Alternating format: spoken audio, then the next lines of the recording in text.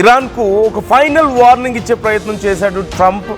అయితే ఒక ట్వీట్ చేశాడు ఇప్పుడు ట్రంప్. ఆ ట్వీట్ చూస్తే మతిపోతుంది, అది చదవాలంటే భయం వేస్తుంది. అసలు ట్రంప్ మానసిక స్థితి ఏంటా అని చెప్పి డౌట్ వస్తుంది ఆ ట్వీట్ చూస్తుంటే. ఇరాన్పై బూతులతో విరుచుకుపడ్డాడు ట్రంప్. మంగళవారం ఇరాన్పై బాంబుల వర్షం కురిపిస్తామంటూ పోస్ట్ చేశాడు. పవర్ ప్లాంట్స్, బ్రిడ్జ్లను కూల్ చేస్తామంటూ ఒక సంచలన ప్రకటన చేశాడు. వెంటనే హర్మూజ్ ఓపెన్ చేయాలి, లేదంటే నరకం చూపిస్తానంటూ ట్రంప్ తన ట్రూత్ పోస్ట్లో ఒక పోస్ట్ చేశాడు. మంగళవారం ఇరాన్పై అతిపెద్ద ఎయిర్ స్ట్రైక్స్కు ఇప్పుడు ట్రంప్ ప్లాన్ చేయబోతున్నాడా? ఇదే అతిపెద్ద ప్రశ్న. ప్రపంచం మునిపెన్నడూ చూడని విధ్వంసం రేపు మన కళ్ళ ముందు ప్రత్యక్షం అవబోతోందా? ప్రైజ్ బీ టు అల్లా అంటూ సెటైరికల్గా పోస్ట్ కూడా చేశాడు. ట్రంప్ డెడ్ లైన్కు మరికొన్ని గంటలు మాత్రమే సమయం ఉంది, జస్ట్ వాచ్ అంటూ ఇరాన్కు ట్రంప్ చివరి హెచ్చరిక చేశాడు. ఒకసారి నేను మీకు అక్కడ చూపించే ప్రయత్నం చేస్తున్నాను. అందులో కొన్ని పదాలు ట్రంప్ స్థాయి వ్యక్తి ఉపయోగించలేని పదాలను ట్రంప్ ఉపయోగించాడు. And it shows his mental status and his condition now. So ఒకసారి నేను ఆ డీటెయిల్స్ చదివి మీకు వినిపిస్తాను. ఆ పోస్ట్లో ఏం రాశాడో మీరు చూడొచ్చు. Tuesday will be power plant day and bridge day, all wrapped up in one in Iran. There will be nothing like it. Open the dash straight, you crazy dash, or you will live in hell. Just watch. Praise to be Allah. President Donald J. Trump. This is the post. Trump రాసినటువంటి post. నేను మధ్యలో 2-3 beep సౌండ్లు వేసుకోవాల్సి వచ్చింది చదివేటప్పుడు.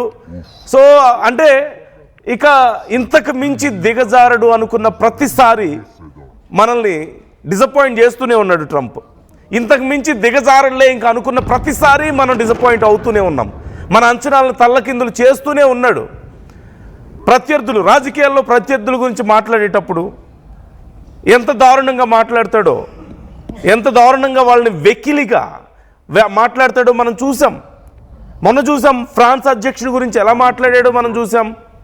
అంతకుముందు వాళ్ళ friend, so called వాళ్ళ ఫ్రెండ్ అని చెప్పుకునేటువంటి మిత్ర దేశాల నుంచే వచ్చినటువంటి అధ్యక్షులను ఎలా మాట్లాడాడు, జెలెన్స్కీని వైట్ హౌస్లో కూర్చోబెట్టి ఎలా మాట్లాడాడు, అతని డ్రెస్సింగ్ గురించి, అతని మాటల గురించి ఎలా మాట్లాడాడో మనం చూసాం.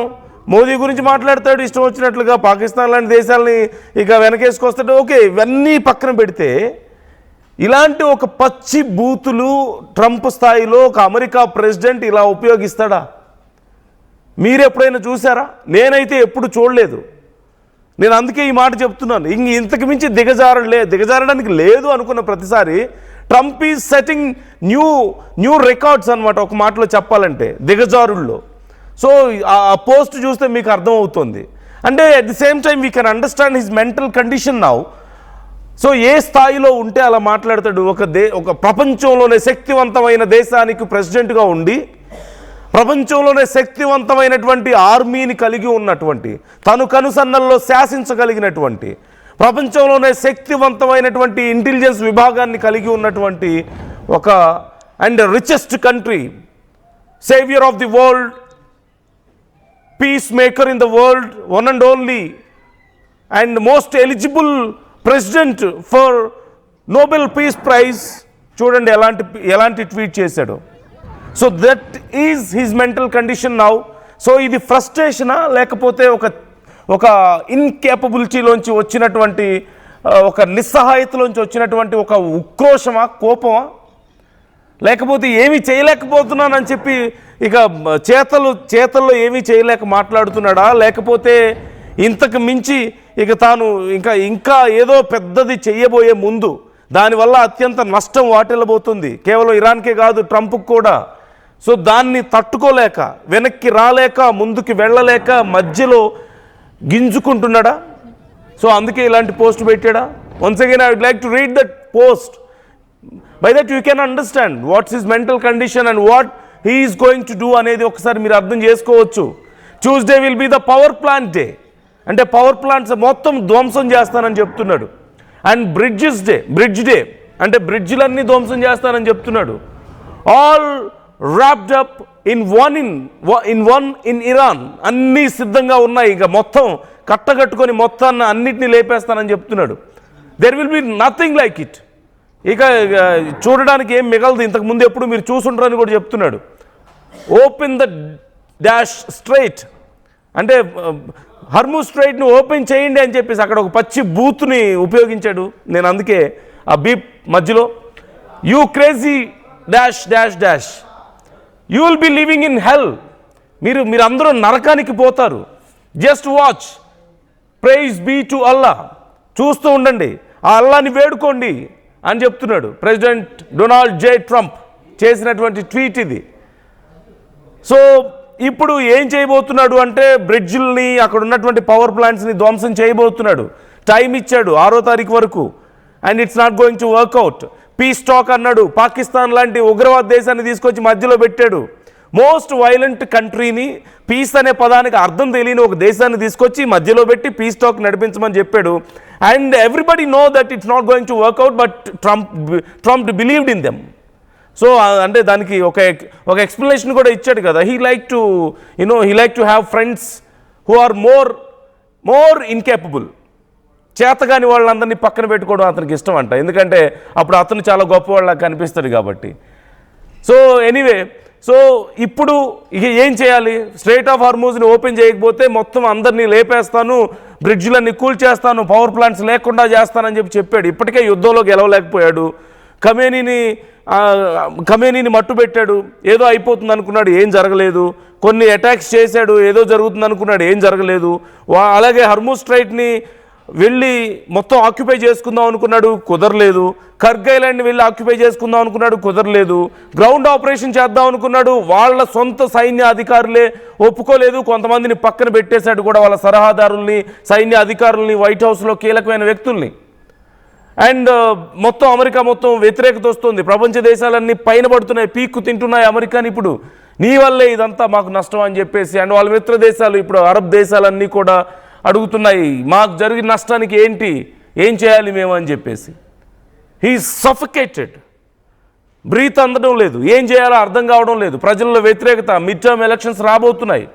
All he imagined was a great victory within short period, like 1 or 2 days hardly.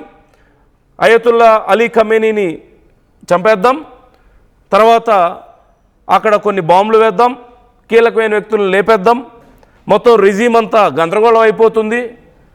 ఆ తర్వాత వాళ్ళందరినీ మార్చేసి తనకి నచ్చిన వాళ్ళని ఎవరినో తెచ్చి పెట్టుకుందాం, ఆయిల్ తెచ్చుకుందాం. ఎలాగైతే నికోలస్ మాదురోని కిడ్నాప్ చేసిన తర్వాత వాళ్ళ ఆయిల్తో బిజినెస్ చేశాడో అలా వాళ్ళ ఆయిల్ మొత్తం తెచ్చుకొని మొత్తం వ్యాపారం చేసుకుందాం, అప్పులు తీర్చేసుకుందాం, కొత్త అప్పులు ఇచ్చేద్దాం అందరికీ. This is what he thought, but what really happened is quite opposite.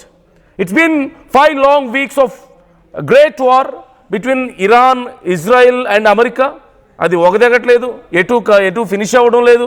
Iran ఏమో రోజు హెచ్చరికలు జారీ చేస్తుంది, రండి తేల్చుకుందాం అని చెప్పి they are inviting US and Israel.